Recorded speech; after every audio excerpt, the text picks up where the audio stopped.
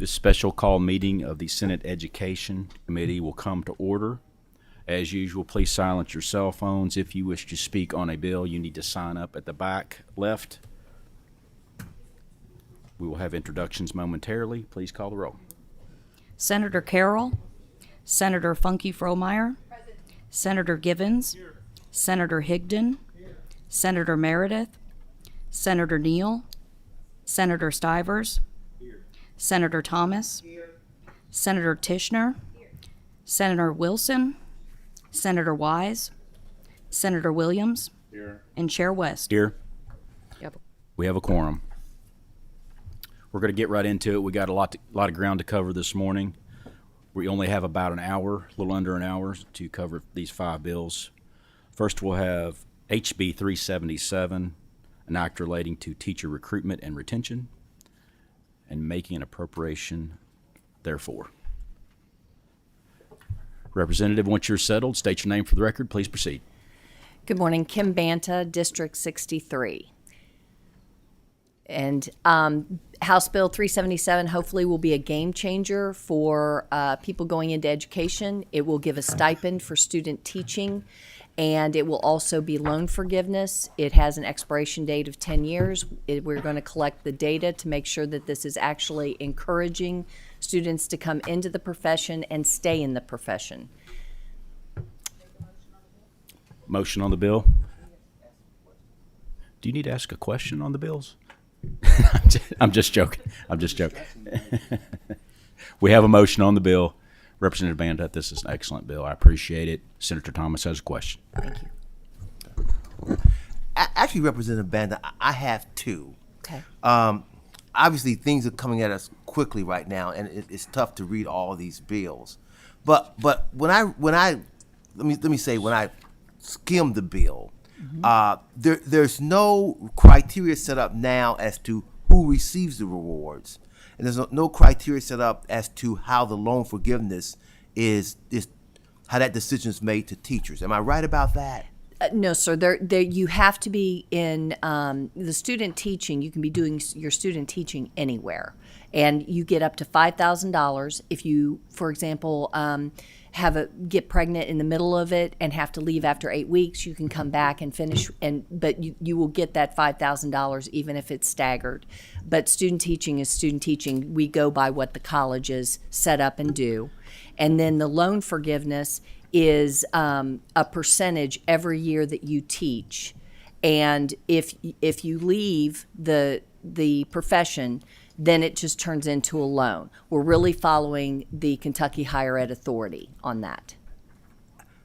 Okay, I guess my question is not specific enough, and maybe this is being left up to the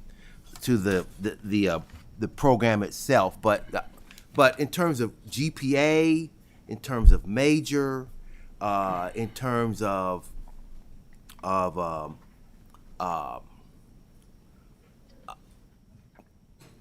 the high quality provided in student teaching, those things are still not decided upon yet. Am I correct about that? We are following the college guidelines. You can't go into student teaching unless you make all the markers that the university, and the universities have been doing this for hundreds of years.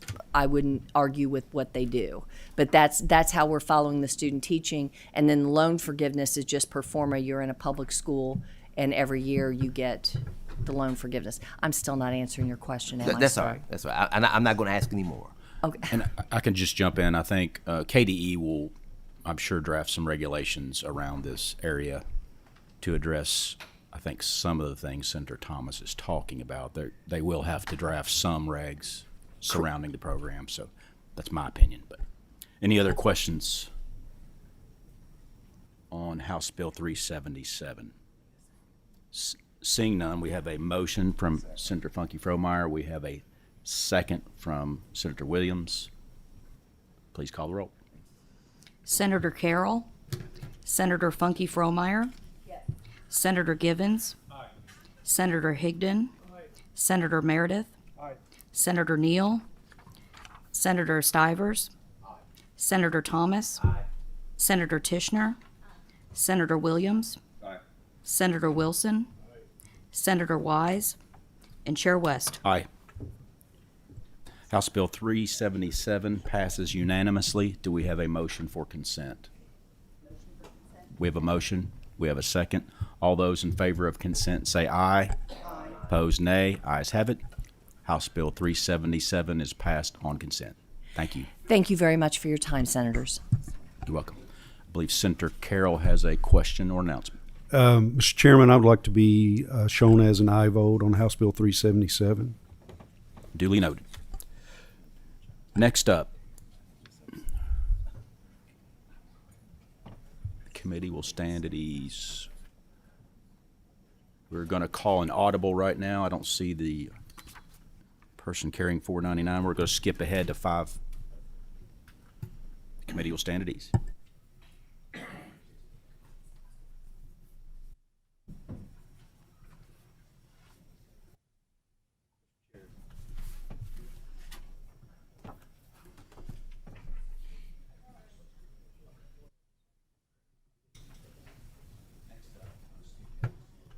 House Bill 553,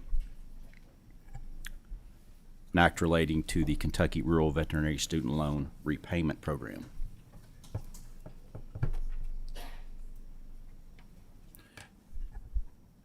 Whenever you're ready, please state your name for the record and proceed.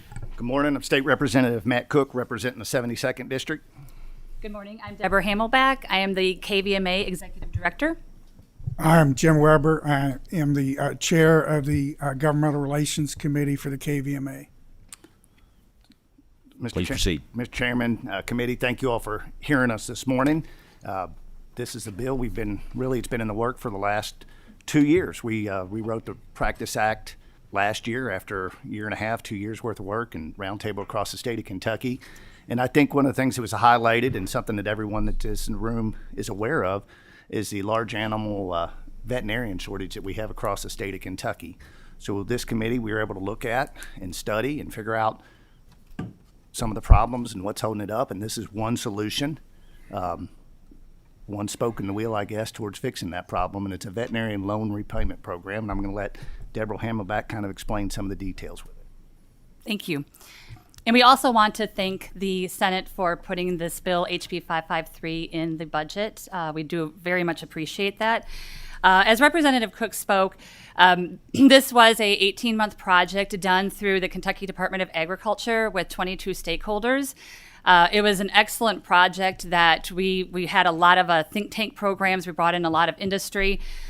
There are 22 programs, there are 17 programs like this with student loan repayment in agriculture states. There's 3 more proposed this year. And so what this bill does is for rural veterinarians, it allows for student loan repayment. We are proposing this with the Kentucky Agriculture Development Fund, so it's a 50-50 split. And each year the veterinarian would work in a designated rural area, and this map has been redone several different times. We've been presenting with KADF. Each year that the veterinarian would work in a designated rural area, it would be an incentivized program. So the first year they would get $15,000, and after 5 years of employment, they would actually receive $87,500 of loan repayment. The one big thing that reason why these programs are working in other states is because it is a student debt to income ratio. That's the real issue that we have, getting veterinarians out to rural Kentucky. We have student chapters at LMU, Tuskegee, Auburn. Our students want to come back home, and if they're from a rural area, they want to come back to rural Kentucky. But the average student debt is somewhere between the average of $120,000 to $180,000. And so looking at all of these programs throughout the other states, we developed this from Iowa and Colorado. And we feel like this is an extremely good bill. It has been vetted no pun intended, but it has been vetted of every which way from a lot of our industry stakeholders. We have a lot of support throughout this. We emailed you, and so we do appreciate your support. If you have any questions, or Dr. Weber can go into a little bit more detail of the bill itself. I would just, I would just add that one of the reasons that this was brought up is that there's definitely a problem with students coming back to rural areas and that's the debt load that they're carrying. A lot of small animal practices, I think about 25% now, are corporately owned. They offer big incentives to go into small animal practice in the city areas, and this is kind of to maybe counteract that a little bit.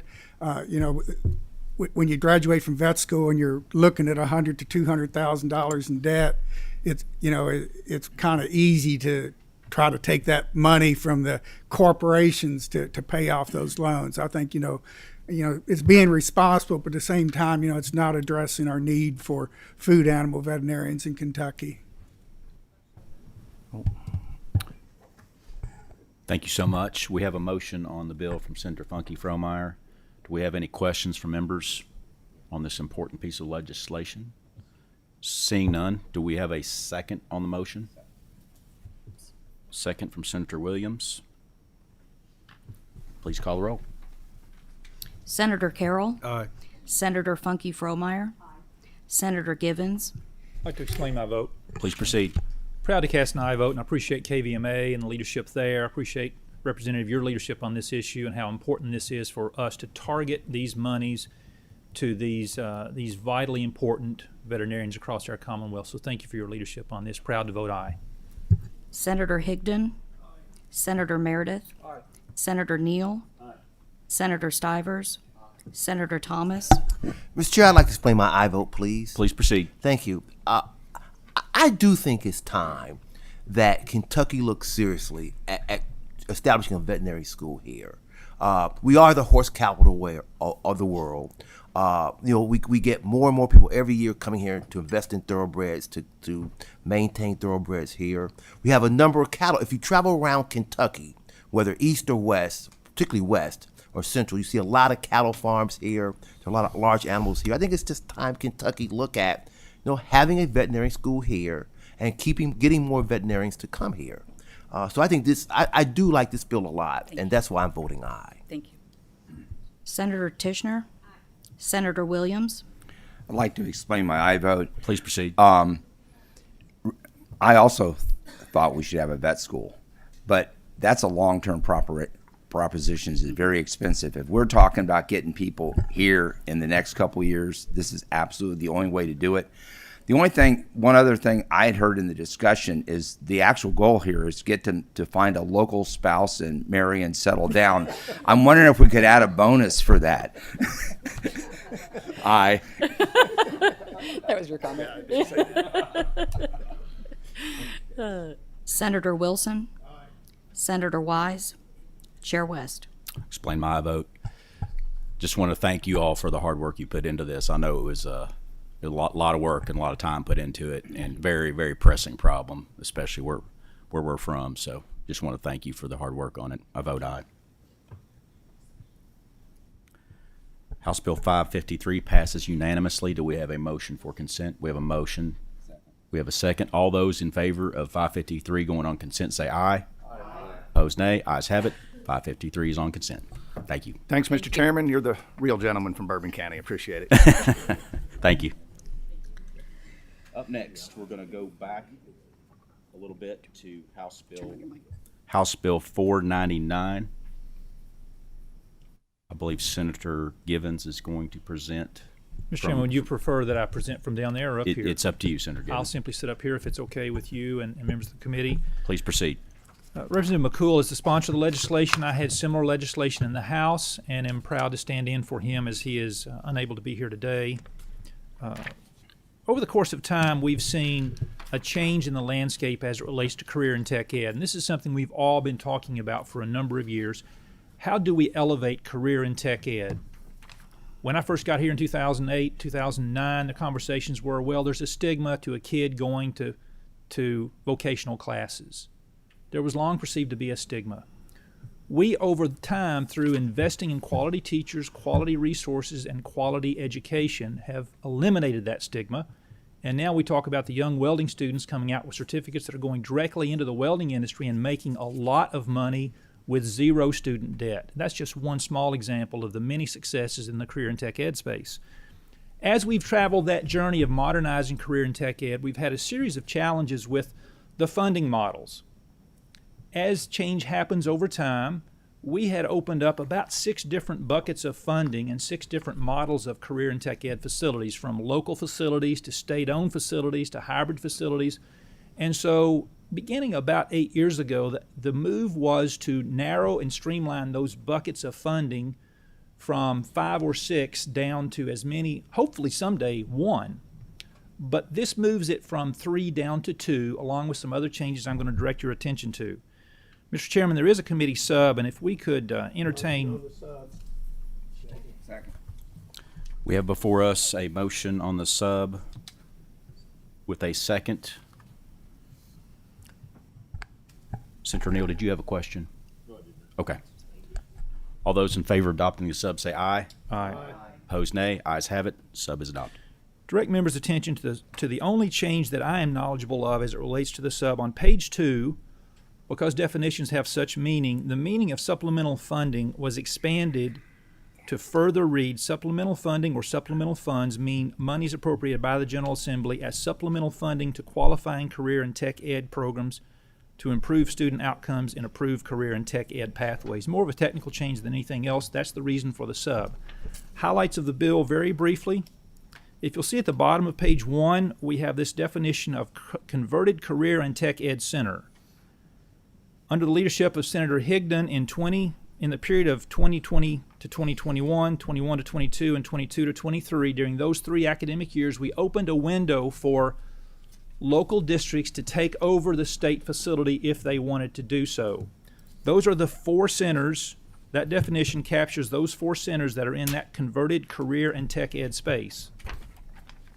If you take a look with me on page 3 of 10, subsection 3 delineates how we're going to be proposing funding those converted centers, 75 and 25. The initial conversion granted 75% of the monies to that local center. It left the 25% unaccounted for. This legislation moves that 25% to what's considered the Career and Tech Ed Innovation and Support Fund. So the 25 gets allocated, but it gets allocated to that innovation fund. I'm moving now to page 5, which is another key component of the bill. And we've had a lot of success in the space, and this conversation began in August or September. Multiple iterations of the drafts you have in front of you occurred, and what we have before us now, with a lot of input from a lot of members, starts to move career and tech ed into the incentive-based funding model. So what you see there in sub C on page 5, beginning on line 7, the supplemental funds are going to flow down with 60% dedicated for enrollment-based funding and 40% for incentive-based funding. The subsequent lines on bottom of 5 and 6 delineate how that 60-40 split happens and what it's based on. And then, Chair and members of the committee, the last significant change that I'll share with you that excites me as well is on the bottom of page 7. With the passage of this legislation, we're going to be permitting career and tech ed to reach down into the middle school space to start communicating to these young 6th, 7th, and 8th graders about the excitement and the energy, actually grades 5 through 8, the excitement and energy around career and tech ed. That's done through a waiver process that the district has to submit to the Office of Career and Tech Ed.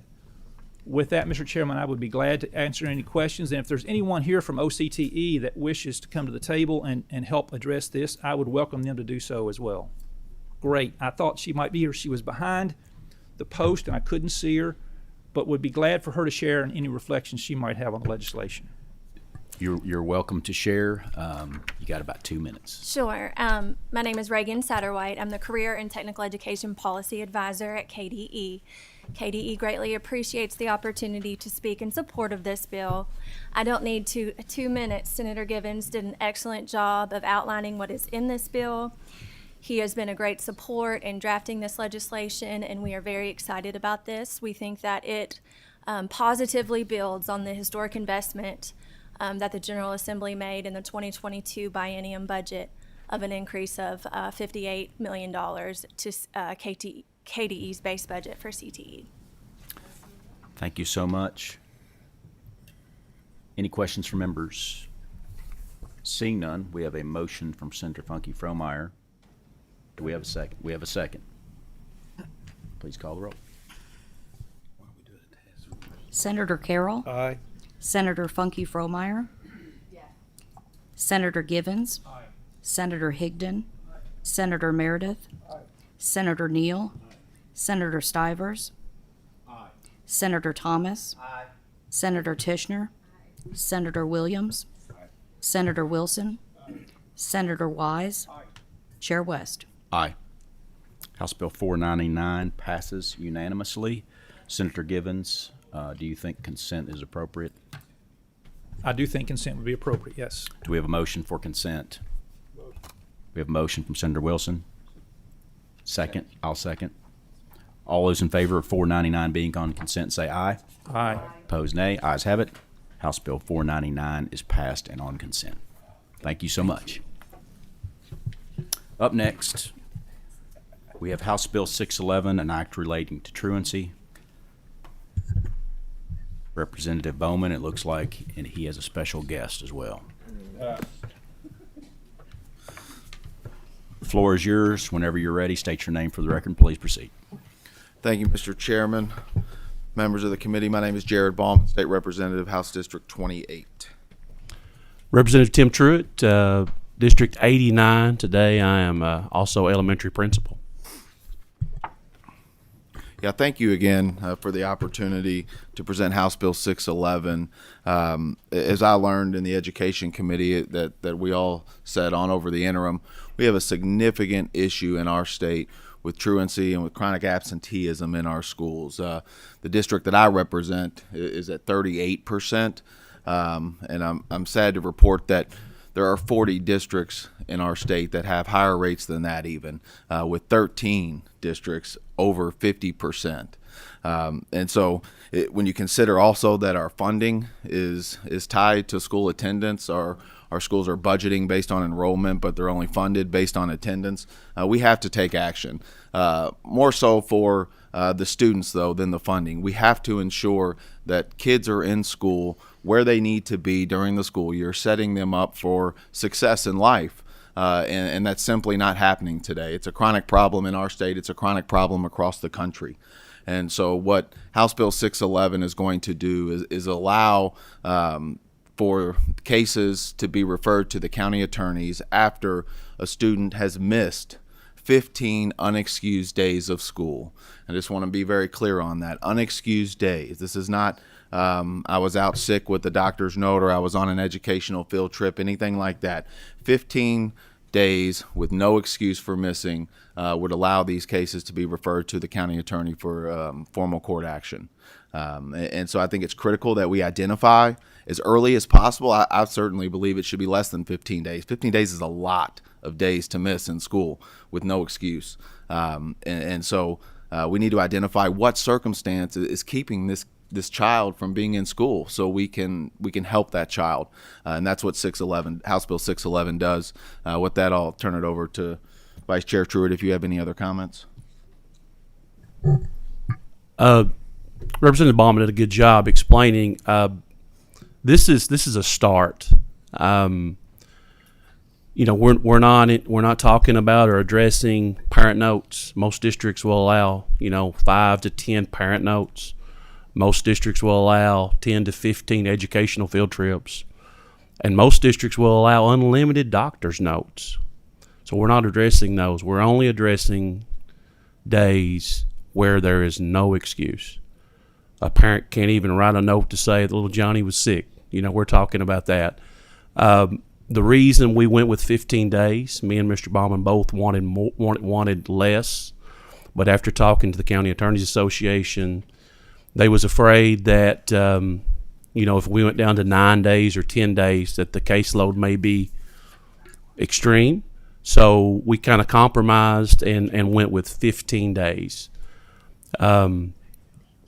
We all know the importance of students being in the chairs, being in the seats. Since COVID, a lot of parents have developed some bad habits, and that may have been our problems or our fault for doing that, because if little Johnny's feeling bad, we don't want to infect the rest of the class, so they're going to keep, and they think they're doing a service to the school by keeping them home, but we've got to kind of change that mindset. We need our kids in the seat, and this is a bill that will start that will help address these issues. There are, I guess I'll talk a little bit about the diversion program. A couple things that I like most about the bill is currently, if a student goes through diversion, and let's say this student has missed 50 days, because I've got an example just like this. I've got a student that missed 50 days, in the first semester. All right, and they go through diversion, and let's say over the next 2 months they only missed 20 days. All right, then what happens is sometimes that diversion team or that FAIR team or that court designated worker may look at that as a success. This student is getting better. Their attendance is getting better. And they allow that to happen. So what happens here is we're extending that diversion time from 6 months to 12 months. So we're watching this student for 12 months as opposed to just 6. Because what's happening, they may be good for 6 months, get out of the diversion, go back to normal, and what's happening is they're going right back in 6 months later. So this will extend that diversion time from 6 to 12. It also will say if you're in this diversion, you can only miss 4 additional days. Once again, that's unexcused. That's not doctor's notes. That's not educational field trips. That's 4 unexcused days. If that happens, then you go back to square one. You go back to that county attorney, and obviously the diversion and the FAIR team is not doing their job. So we're going to do something else to cause that student to make sure they are in the seat, gaining that instruction that they should be gaining. So if there's no other questions, hopefully we'll get this thing passed. Senator Neal.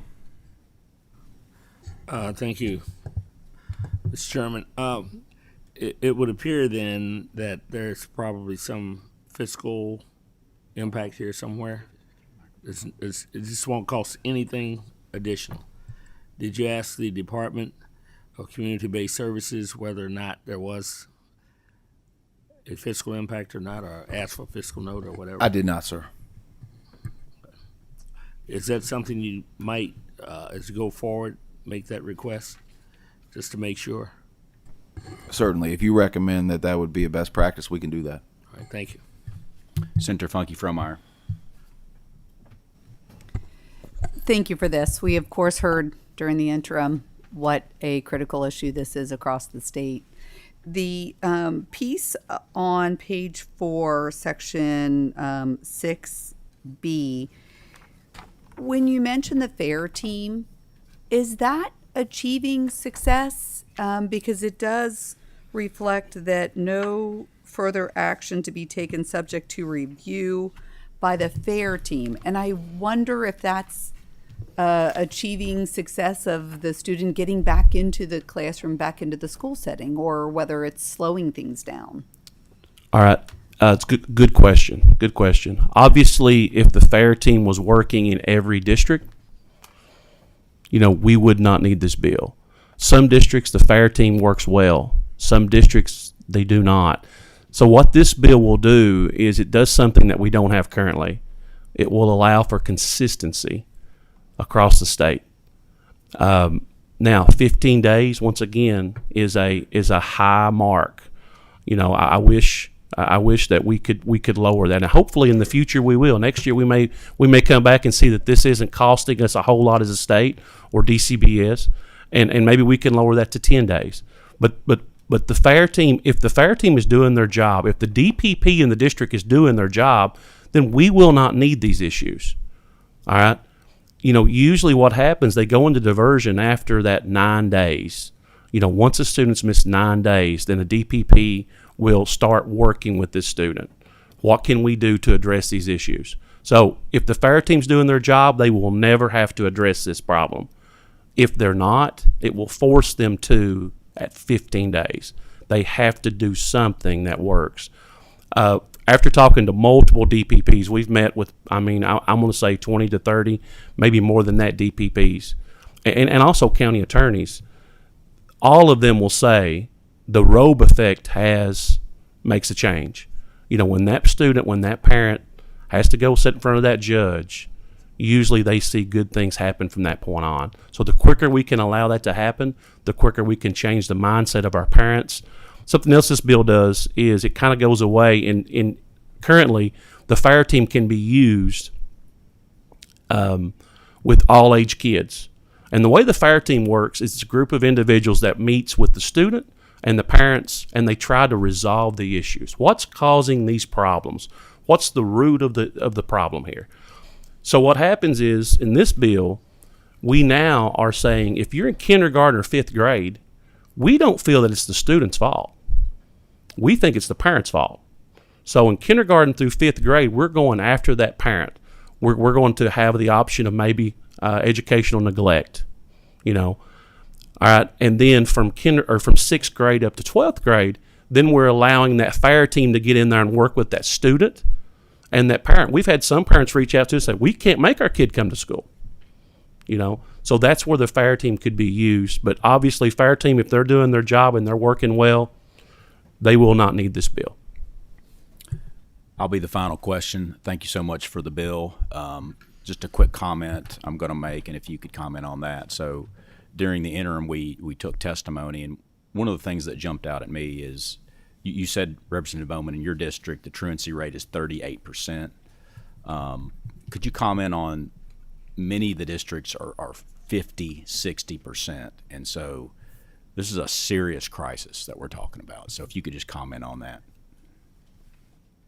Yeah, just it really compelled me to take action based on what I learned over the interim, as we all did. I don't have a background in education, but I do sit on the House Education Committee and was blessed with the opportunity for Vice Chair Truitt to work with me on this so we could help get these kids into school. I mean, we're talking about 38%, 50%, some higher than 50%. These kids are not in school with their peers, learning, socializing where they should be as children so they can become the next generation of Kentuckians that are going to be contributing to our society. So they need to be in school. This helps us identify those children and get them into the classroom where they need to be. I believe President Stivers chimed in. Thank you, Mr. Chairman. I have one short, simple question because I'm not certain what school district you're in, but did I hear you say 38% truancy rate, and what district is that? Yes, sir, that's correct. And that is Jefferson County Public School District. Okay, thank you. Seeing no further questions on House Bill 611, do we have a motion from Senator Funky Fromeyer. Do we have a second? We have a second from Senator Tishner. Please call the roll. Senator Carroll. Aye. Senator Funky Fromeyer. Senator Givens. Senator Higdon. Senator Meredith. Senator Neal. Senator Stivers. Senator Thomas. Mr. Chair, I'd like to explain my aye vote. Please proceed. Okay. This is a good bill, Representative Ballman and Representative Truitt. I have no problems with the bill. But, when I hear us beat up on Jefferson County, I have to say this. You said there's a 38% truancy rate in Jefferson County. You said some districts are 50 to 60. I would submit to you that the problems go beyond just students not showing up for school, that there are other underlying issues here that we need to address, issues of poverty, issues of unemployment, issues of dysfunctional families. And I think to be fair and to do it right, we've got to acknowledge that those ills exist in the community as well, or in that school district as well. And that's the real driver behind such high truancy rates. So, we're doing what we can do here, but hopefully the court designated worker and other people involved can address the underlying issues so that we can get our children in school. With that said, I do vote aye on the bill. Senator Tishner. Senator Williams. Senator Wilson. Senator Wise. And Chair West. Aye. House Bill 611 passes unanimously. Is there a motion for consent? We have a motion for consent. We have a second. All those in favor of putting 611 on consent say aye. Aye. Opposed, nay. Ayes have it. House Bill 611 is passed and on consent. Congratulations. Thank you, Mr. Chairman and members of the committee. Up next, up until this point, we seem to have had a love fest because all the bills are on consent. And moving through the system, Representative Fleming, we have before us HCR 81, a concurrent resolution directing the Legislative Research Commission to establish the Efficient and Effective School District Governance Task Force. Whenever you're ready, the floor is yours. Please state your name for the record. Hold on, Representative Fleming. Senator Neal.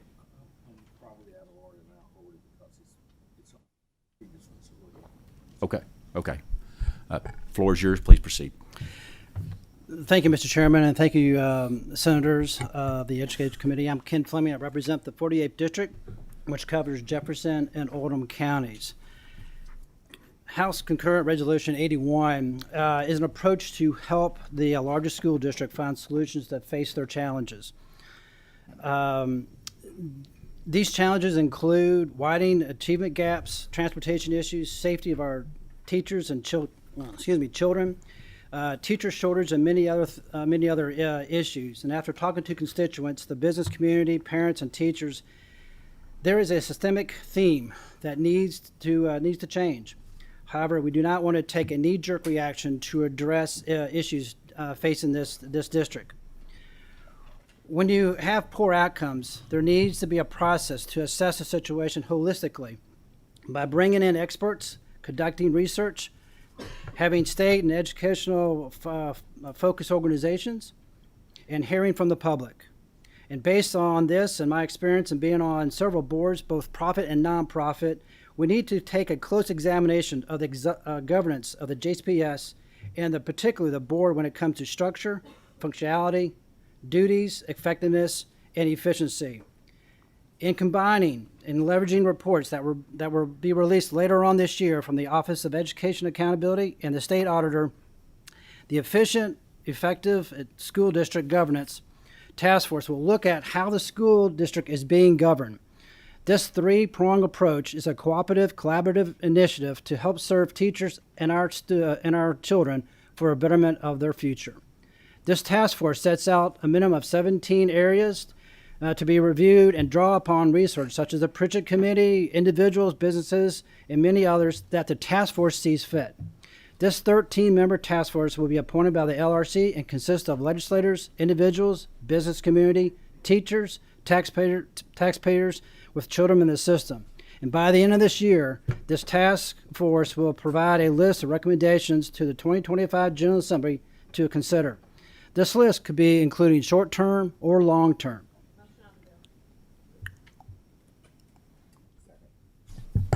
We have a motion on the bill from Senator Tishner. We have a second from Senator Williams. We do have about 10 minutes, so this is a very, very important topic. So I'll just let you proceed till you're done. The last thing I have, Mr. Chairman, is basically the district spends around over $20,000 to educate these students per year. And the outcomes that we realize that we need to find solutions and not hinder schools and put them first so they can be in the best position for no matter if they go to vocational school, go right to the workforce, or go on to college. Thank you. Do we have any questions from members of the committee? It's getting to that time of the session. I think people are tired. Seeing no further questions, do we have a motion on HCR 81? We had a motion and a second. I'm sorry, I'm a little behind. Please call the roll. Senator Carroll. Aye. Senator Funky Fromeyer. Senator Givens. Senator Higdon. Senator Meredith. Senator Neal. Aye. Senator Stivers. Senator Thomas. Senator Tishner. Senator Williams. Senator Wilson. Senator Wise. And Chair West. Aye. HCR 81 passes unanimously. Do we have a motion for consent? We have a motion. We have a second. We have a motion and a second. All those in favor of placing HCR 81 on consent say aye. Aye. Opposed, nay. Ayes have it. HCR 81 is on consent. Thank you, Mr. Chairman. Thank you, committee. Thank you. Senator Wise has a Statement. Thank you, Mr. Chairman. I need to record a couple of votes, please. Please for my proceed. absence. House Bill 377, vote aye. House Bill 553, also vote aye. Does not change the outcome of the vote. Duly noted. Any other business to come before the committee? Seeing none, this meeting's adjourned.